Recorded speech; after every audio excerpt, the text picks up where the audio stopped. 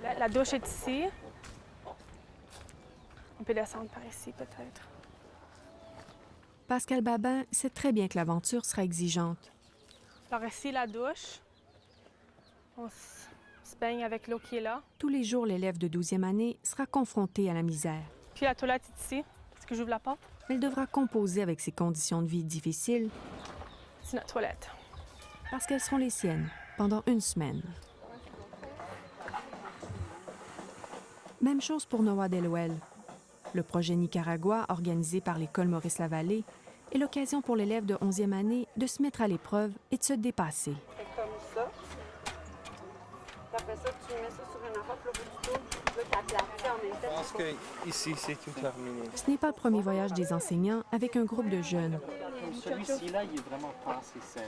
C'est intéressant au niveau humain parce qu'on développe l'humain en nos jeunes qui sont en train de se former comme jeunes adultes. Et pour moi, c'est important qu'ils s'éveillent à ça, qu'ils s'éveillent au partage, à la coordination de projets, à la coopération, à la solidarité humaine, quoi. Retour en arrière. Quelques jours plus tôt. Le soleil se couche sur la première journée de l'aventure. C'est l'arrivée des jeunes Canadiens à Cinco Pinos, un petit village du nord du Nicaragua. Le 3e groupe de l'École Maurice-Lavallée a débarqué dans ce patelin depuis 2007. Après un voyage de plus de 5000 km, les jeunes rencontrent pour la première fois leur famille d'accueil où ils seront hébergés tout au long du séjour. L'endroit où ils devront se reposer et prendre des forces pour accomplir leur mission, rénover 2 maisons des familles du village.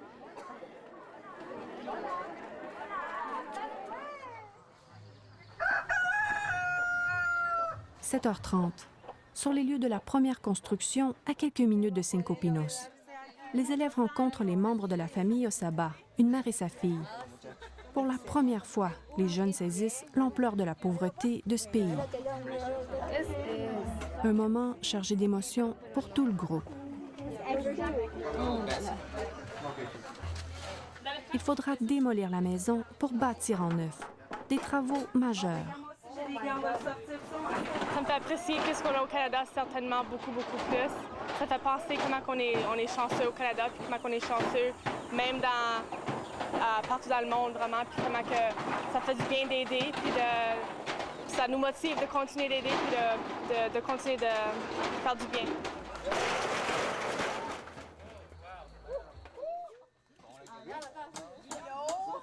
Le lendemain, à 5 km de là, sur les lieux de l'autre construction, les élèves travaillent fort pour ajouter 2 pièces à la minuscule maison de la famille des Varela. C'est à ce moment que Noah se remet en question. J'ai réalisé aussi en Amérique du Nord, on n'est jamais content avec ce qu'on a. Et eux, ils ont une petite maison. Comme avant, ils habitaient tous dans la même chambre. Et ils étaient encore probablement plus contents que la majorité des gens en Amérique du Nord. Vers midi, il fait déjà 40 degrés. Impossible de poursuivre le travail avec cette chaleur. Oh non, trop beau! La majorité d'entre eux passent donc leur après-midi avec leur famille d'accueil. Non! Pascal a passé 2 mois en Espagne. Elle parle très bien la langue. Les liens qu'elle tisse avec les gens de la communauté sont plus solides que pour d'autres élèves. C'est plus facile de communiquer, on peut se poser des questions, on peut se connaître personnellement. Tandis qu'avec les autres, c'est plutôt qu'est-ce qu'on peut leur donner, c'est pas vraiment une communication, c'est pas vraiment une relation, c'est plus juste se laisser tranquille puis savoir qu'ils sont corrects, sont-ils pas corrects, s'ils ont besoin de quelque chose. Mais je pense qu'avec moi puis les autres qui peuvent parler espagnol, on se connaît vraiment, puis on apprend à connaître la famille, puis se connaître personnellement. Alors sinon, on va la faire aussi. Noah a rencontré la petite Brittany. La fillette a été baptisée ainsi en l'honneur de sa sœur, qui a été hébergée dans une famille tout près il y a 4 ans. Ses 2 sœurs et ses parents ont aussi participé à l'aventure. Ça me touche beaucoup parce que maintenant on sait qu'on fait une différence dans le monde et comme les gens s'aperçoivent de qu'est-ce qu'on fait et c'est vraiment un honneur que je peux la connaître. Les travaux progressent, mais des changements apportés en cours de route au projet de construction augmentent de façon considérable la charge de travail. Les jeunes ne termineront pas les travaux avant leur départ. Mais la fondation et la charpente seront complétées. Malheureusement, ils ne pourront pas poser la première brique. Ce sont les habitants du village qui prendront la relève. Mais pour Ursula et sa mère, le travail effectué par les Canadiens est un véritable cadeau tombé du ciel. Ursula est satisfaite. Le travail des Canadiens est comme une bénédiction de Dieu. Mais Noah a posé la première brique de son avenir. Il a réalisé qu'il a la force et l'ouverture d'esprit pour réaliser son rêve. Devenir casque bleu. Je me dis un peu si je peux pas vivre ici, comment est-ce que je vais vivre plus tard, comme dans des places plus pauvres qu'ici, dans une zone de guerre. Comment est-ce que je pourrais faire ça si je peux même pas vivre au Nicaragua, dans un village vraiment heureux.